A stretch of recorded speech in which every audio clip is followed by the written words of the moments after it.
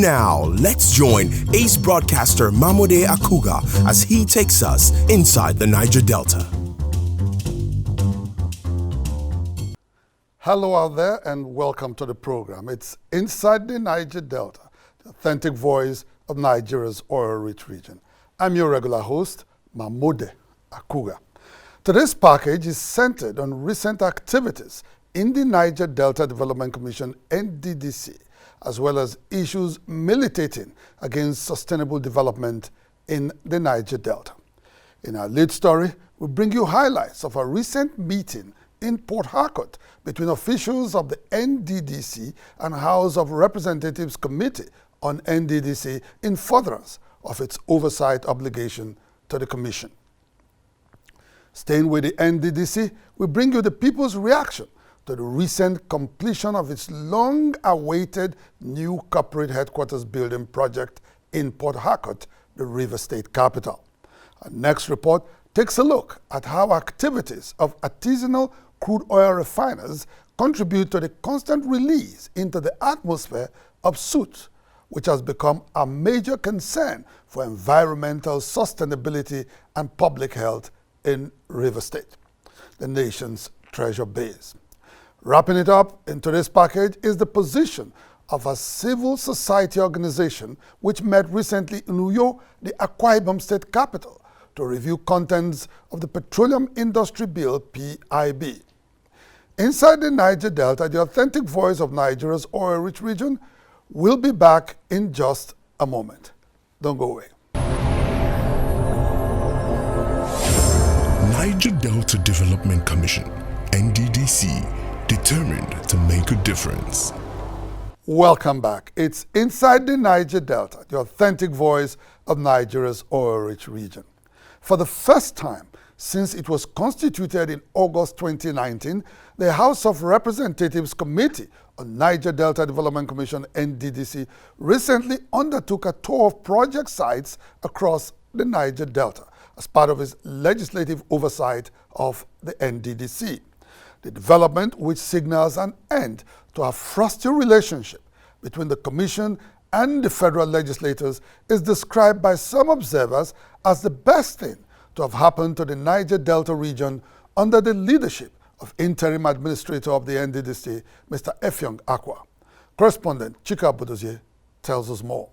Until their recent working visit to the Niger Delta, the federal legislators did not get along with successive interim management committees of the NDDC over a number of contentious issues, ranging from appointment of a substantive board for the commission, alleged financial misconduct in the system, and delayed passage of its annual budgets by the National Assembly. The fray, which lasted throughout the year 2020, culminated in a probe of NDDC's financial expenditures by the lawmakers in July 2020.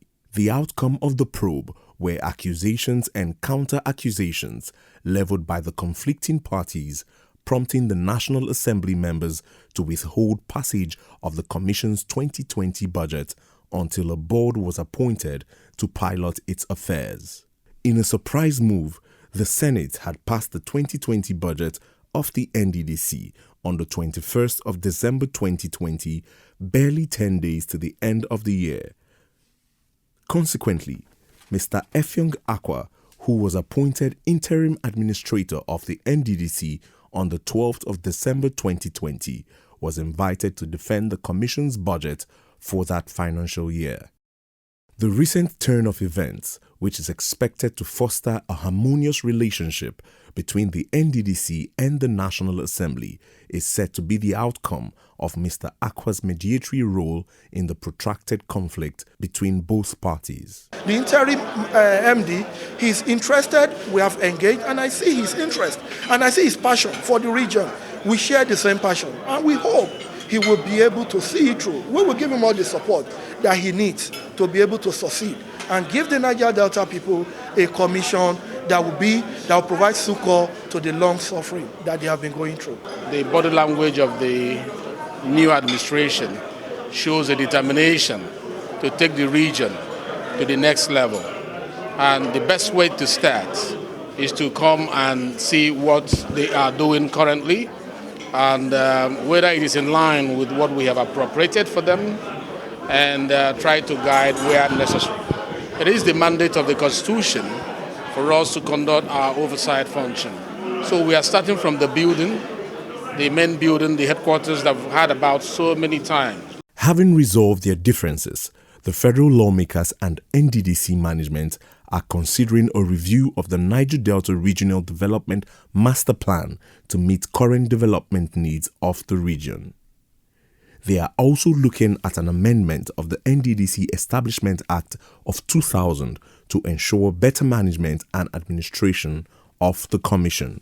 For the interest of the development in the Niger Delta, so that's where I will see that relationship, good relationship, which I will also join hands with the Niger Delta to seek from the National Assembly for the easier passage and implementation of the Niger Delta NDDC budgets. So if that's the reason why I'm seeing the harmonization, fine, it's welcome. If he's been able to find a way around a situation that actually brings about some level of peace and stability, well, that will be good for the entire region. Since his assumption of office on the 12th of December 2020, Mr. Akwa's major preoccupation has been to address the tardy processes associated with the award and execution of contracts, leading to 12,000 abandoned and stalled projects across the Niger Delta in the last 20 years. In his quest to empower the NDDC to begin to effectively deliver on its mandate, Akugha is currently meeting with credible stakeholders and state governors in the region to get their input into the Commission's development agenda. So they have come to see and they are happy with what they have seen so far. So it gives me a whole lot of pleasure that the tide is turning and we are making a lot of progress in the interest of the Nigerian state, in the interest of the Niger Delta region, in the interest of the men and women, the unemployed young men and women in the Niger Delta, the women in the Niger Delta that needs to be attended to because they are ready to work with us. Prior to this time, largely underdeveloped communities in the Niger Delta were at the receiving end of the rift between the National Assembly members and management of the NDDC. In the present dispensation, however, both parties are expected to work harmoniously to ensure that previous altercations leading to unsavory developments, particularly delayed passage of NDDC budgets in the National Assembly, will be bygone issues. For most Niger Deltans, this is a welcome development that should be sustained in the best interest of the region. Inside the Niger Delta. The completion recently of a project for the construction of a permanent corporate headquarters for the Niger Delta Development Commission, NDDC, in Port Harcourt, no doubt, offers a huge sigh of relief for most observers of ongoing events in the Commission. In this report, correspondent Lovely Ofigo takes a look at the many challenges encountered during the execution of the 25-year-old project, which was completed recently under the supervision of Minister of Niger Delta Affairs, Senator Godswill Akpabio, and is now ready to be commissioned by President Muhammadu Buhari. Contract for the construction of a permanent corporate headquarters of the NDDC was first awarded some 25 years ago by the defunct Oil Mineral Producing Areas Development Commission, UMPADEC, to secure an enabling environment for effective planning and coordination of development activities in the Niger Delta. Construction work on the project commenced in 1996, but it soon turned out to be one of the many stalled projects inherited by the NDDC at its inception in 2001. Under the NDDC, the contract had been re-awarded on several occasions without any meaningful result achieved on the project. As a result of non-completion of this all-important project, the NDDC continued to operate from its temporary corporate headquarters along Aba Road in Port Harcourt, where it spends millions of naira annually on rent. Soon after his appointment as Minister of Niger Delta Affairs in August 2019, Senator AKPABIO discovered that the project for the construction of a permanent corporate headquarters for the NDDC had been stalled by vested interests and poor project management culture of previous administrations. AKPABIO'S first consideration was to resolve subsisting legal issues with previous contractors and pave way for an uninterrupted execution of the project. In his wisdom, the Honourable Minister decided to retain the services of the contractor he met on site, Rodnab Construction Limited, whom he gave a specific deadline to deliver the project. Under AKPABIO'S supervision, work commenced on site in the last week of September 2019. When we came in, we made this structure as carcass. It was just block work and some cement concrete works standing. This entire place was a bush. It was swampy, you could not even access it. The grasses and the bushes were almost 2.5 meters high. We only had a track where we can just find ourselves through to see, but you can see where we are today. Senator AKPABIO had directed the contractor to update the project's scope with a view to enhancing its durability and functionality. Much to the relief of most Niger Deltans, the new corporate headquarters of the NDDC, situated along Eastern Bypass in the Port Harcourt metropolis, is completed and already in use. He's a person that likes, he starts projects and completes them. So I would have been surprised if he did not complete this project. And I also want to appeal to him to also look at how we can complete the East-West Road, which has been ongoing for a very long time. The new NDDC corporate headquarters comprises a main building reserved for board members and directors of the commission, as well as an ancillary building for other staff members and visitors. It occupies a vast landmass of about 38,000 square meters, with provision for street lights, parking lots and green areas. Well, I want to use this medium to thank Mr. President and also the Minister for Niger Delta Affairs, Cousin AKPABIO. I'm not surprised that he was able to achieve this feat under his supervision, because he's the NDDC is directly under his ministry, and he also made promises that that is one thing that he will achieve, and I want to give kudos to him that that was made possible. I want to also use this medium to draw the attention of the sole administrator that he has seen what AKPABIO have done, and he has seen today that we are commending him. He too should also achieve within the time frame that he has left to achieve projects that are low-hanging fruits that he can achieve. AKPABIO, who was at the new corporate headquarters of the NDDC, recently says its completion marks a new dawn for the NDDC. I was told that I was the first minister to visit this head office since inception of the NDDC. It's to the glory of President Muhammadu Buhari, DCFR, that we are inside the edifice of the Niger Delta Development Commission. Change has come to NDDC.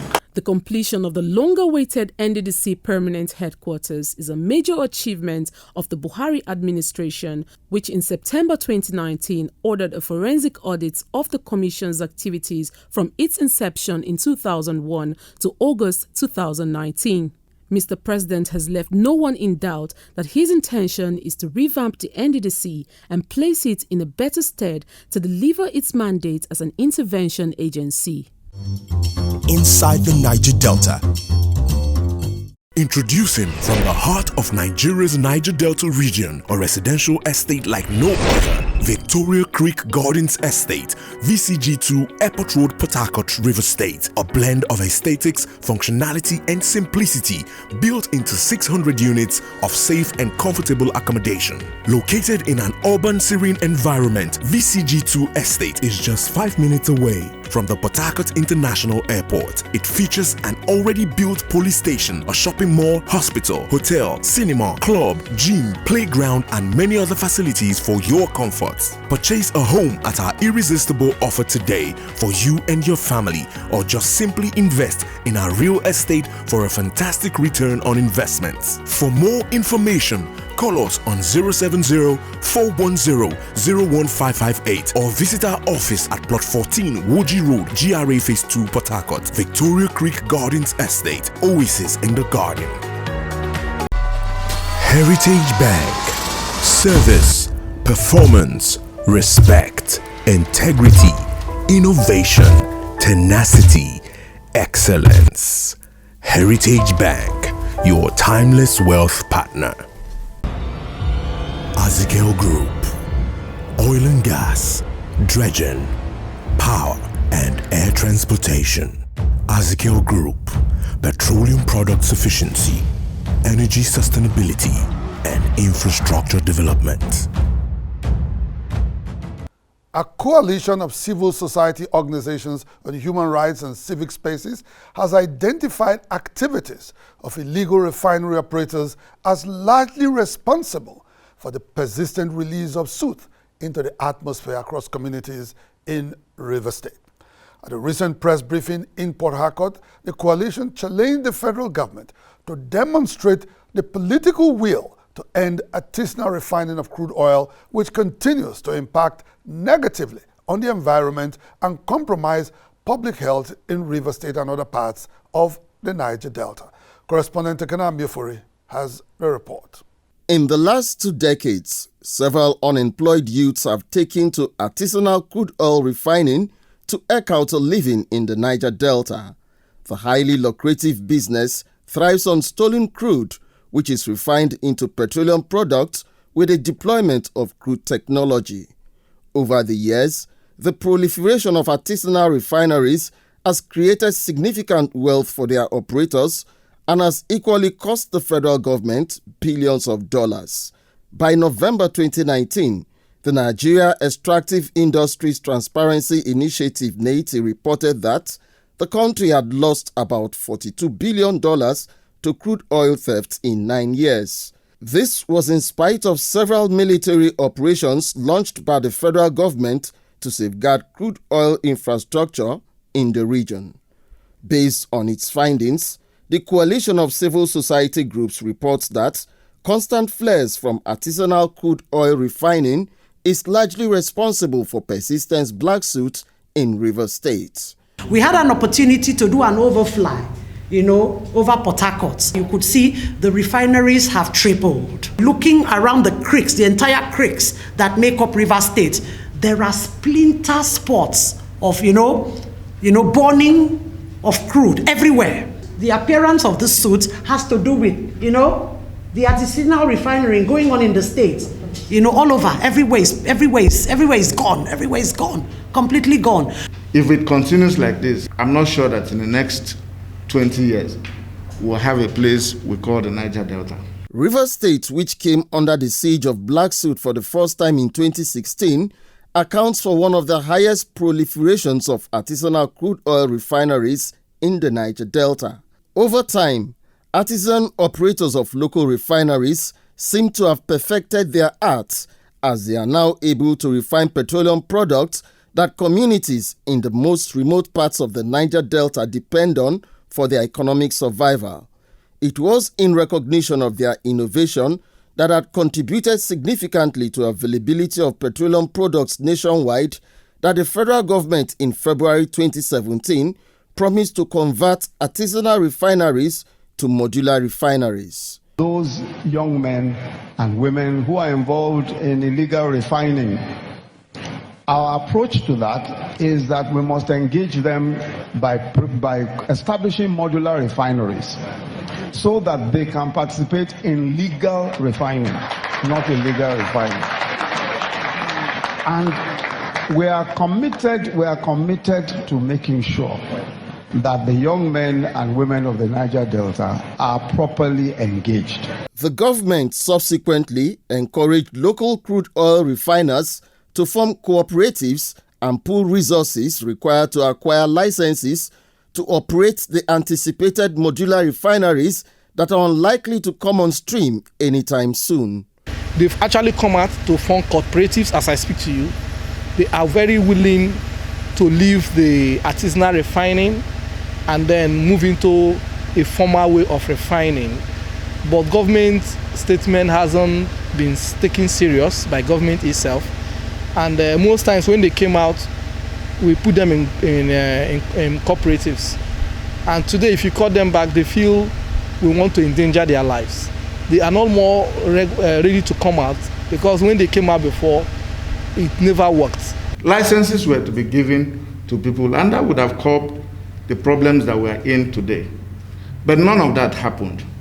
because those statements were made not because actions was to be taken. It was because they needed to calm your nerves. Owing to the moribund state of Nigeria's existing 4 refineries that have operated far below capacity till date, the business of artisanal crude oil refining has continued to flourish at huge environmental costs in Rivers State.